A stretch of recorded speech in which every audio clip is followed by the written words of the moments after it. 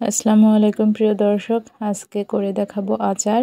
এখানে আমের আচার আর চালতার আচার একসঙ্গে করে দেখাবো। প্রথমে আমের আচারটা করে দেখাচ্ছি। তো এখানে পরিমাণ মতো তেল নিয়েছি। তেলের মধ্যে আমি এখানে আদা বাটা, রসুন বাটা আর সর্ষে বাটা দিলাম।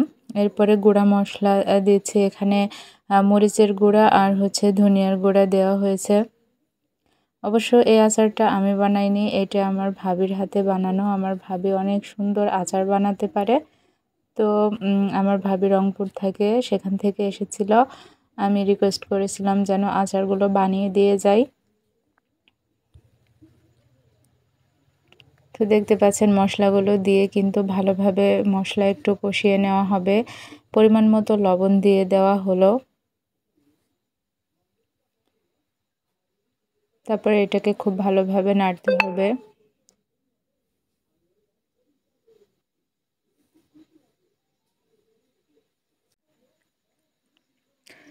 দেখতে পাচ্ছেন মশলাটাকে কিন্তু নেড়েচেড়ে খুব ভালোভাবে কষিয়ে নেওয়া হচ্ছে। এরপরে আমগুলো দিয়ে দেওয়া হচ্ছে মশলার মধ্যে।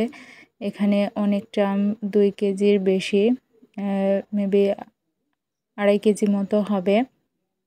এই আমটা যেহেতু এখন তো আমের সিজন না, এই আমটা আমি ফ্রিজে রেখে দিয়েছিলাম। কাঁচা আম ভাবির থেকে আচার বানানোর জন্যই রেখে দিয়েছিলাম। তো এইভাবে করে আমগুলো দিয়ে খুব ভালোভাবে নেড়েচেড়ে নিতে হবে।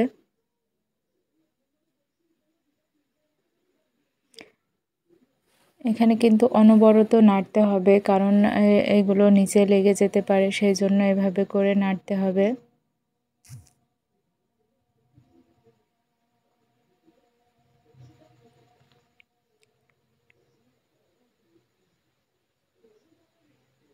খুব ভালোভাবে মশলার সঙ্গে আমগুলো কিন্তু মিশিয়ে দিতে হবে।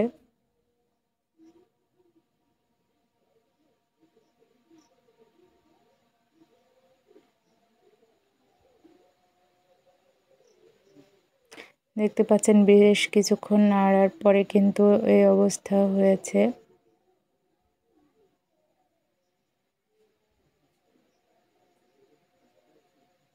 এরপর তেজপাতা দেওয়া হচ্ছে।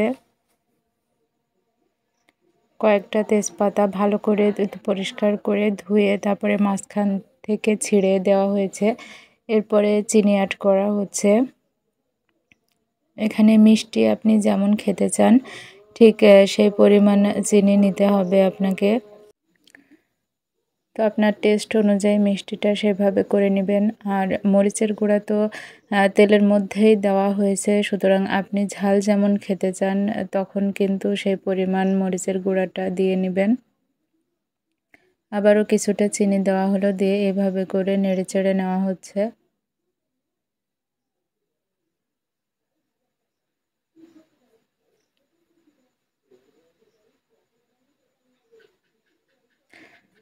আমার চ্যানেলে যারা নতুন এসেছেন তাদের কাছে আমার অনুরোধ থাকবে, প্লিজ আমার চ্যানেলটি সাবস্ক্রাইব করে দিবেন।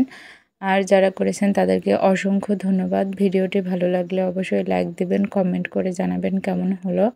আর কি ধরনের রেসিপি দেখতে চান অবশ্যই কমেন্ট করে আমাকে জানাবেন।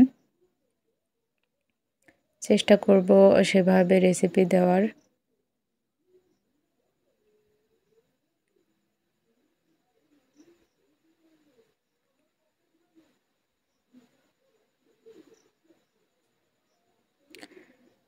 দেখতে পাচ্ছেন অনেকটা আঠালো হয়ে এসেছে। তো এই পর্যায়ে আমরা পাঁচফোড়ন অ্যাড করছি। অনেকটা পাঁচফোড়ন দেওয়া হয়েছে এর মধ্যে।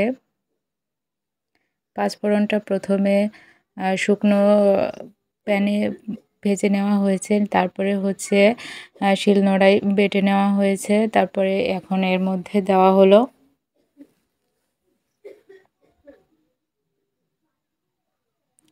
এটা পরিমাণ মতো দিতে হবে। যদি আমের পরিমাণটা অনেক বেশি হয় তাহলে আরও বেশি একটু বাড়িয়ে দিতে হবে।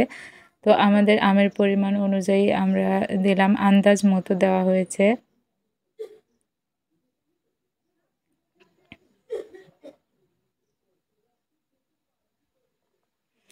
আমের আচারটা হয়ে গিয়েছে, এটা হলো ফাইনাল লুক।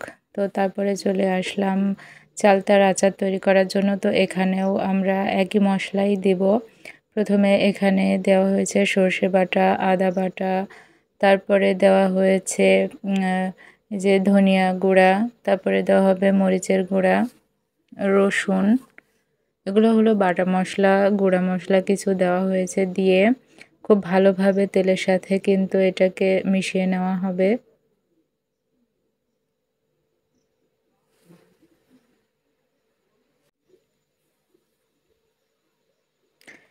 এবার মরিচের গুঁড়াটা দেওয়া হলো।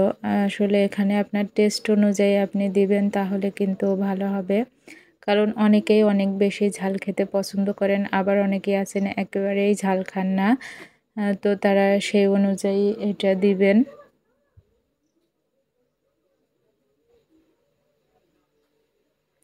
এরপরে চালতাটা দিয়ে দেওয়া হলো।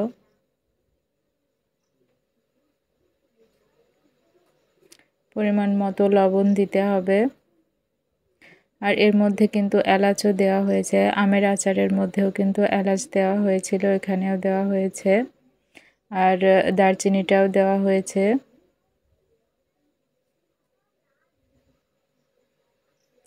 তেজপাতা দেওয়া হয়েছে। দিয়ে এভাবে খুব ভালোভাবে নেড়েচেড়ে নিতে হবে। বেশ কিছুক্ষণ নেড়েচেড়ে নেওয়ার পর এভাবে চিনি অ্যাড করে দেওয়া হচ্ছে।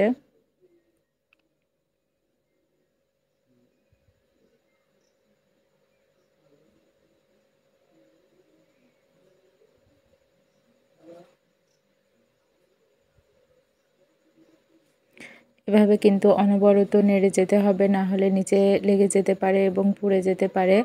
সেজন্য কিছুটা মরিচের গুঁড়া আবারও দেওয়া হলো।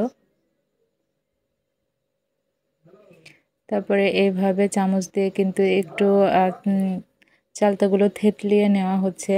আপনারা চাইলে কিন্তু শিলনোড়া দিয়েও একটু থেতলিয়ে নিতে পারেন।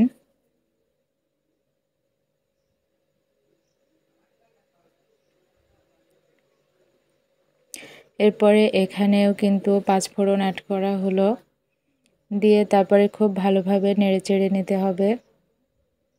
রেডি হয়ে গেল চালতার আচার। আল্লাহ।